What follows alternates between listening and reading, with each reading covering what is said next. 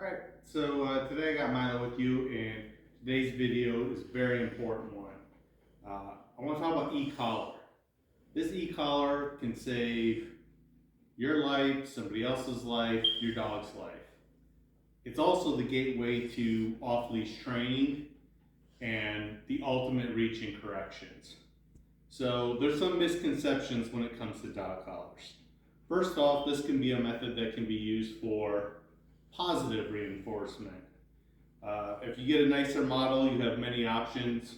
You have tone, you have signals, and you have a wide range of different shock levels. Now, I'll tell you myself, I've used this on myself just to see where it is. And when people talk about this being an inhumane thing, think about prong collars, think about collar pops. You're jerking a dog's neck. So my recommendation for this is you find a good, high quality e-collar, and then you simply start out low and work your way up till you get a response from your dog. Now you can introduce this in a number of ways. I would say on the walk is a good first place. You put the collar on, you take the dog for a walk, he associates the collar with good things. If I bring my dog's collar out, he gets super excited. So another great thing when it comes to e-collar is you get instant correction, instant feedback.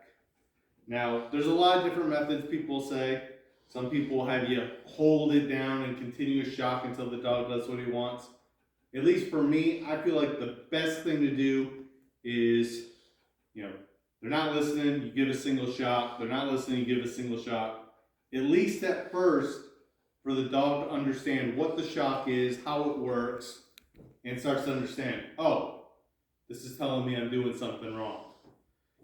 Once your dog understands the shock and it happens, less often and he's understanding the behavior, now you might be able to hold the button to get him to do what you want because he already knows what the behavior is. And this is a great tool for recall. Another great thing is you're at a dog park, you're starting off leash, something like that. If your dog just jets and you have no leash on and your recall's weak, there's not a whole lot you can do. This is a reinforcing tool, especially early on where your dog might be tempted to break recall for certain things. So, you can go out, find an empty field, start off at a dog park where there's no dogs around, no one around. Have them practice those off-leash skills. You can do the same thing in your house. Having them walk by your side next to you. Starting with small distances, having them stay somewhere and then go to you, and building that distance up over time. It's the repetitions that gets the dog to learn. You want to set the dog up for success. Milo, plots. You want the dog to understand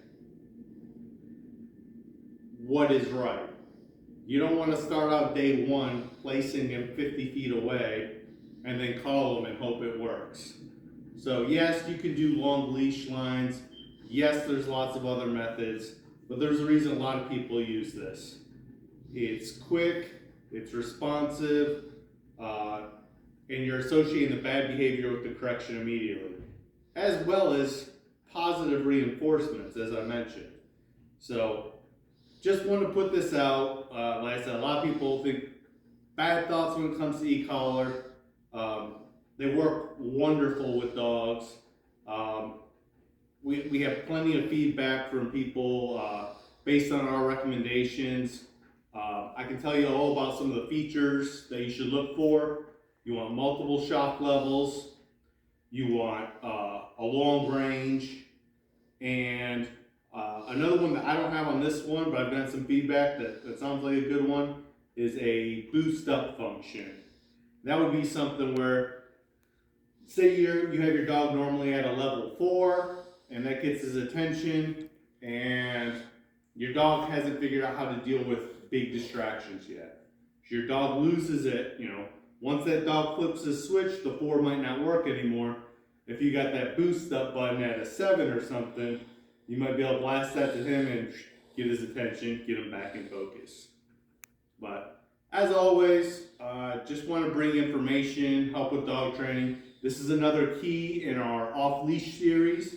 So if you have any questions or comments, leave those below. If there's anything you want to see Milo do, just ask. And as always, like and subscribe. Thanks a lot. Milo, come.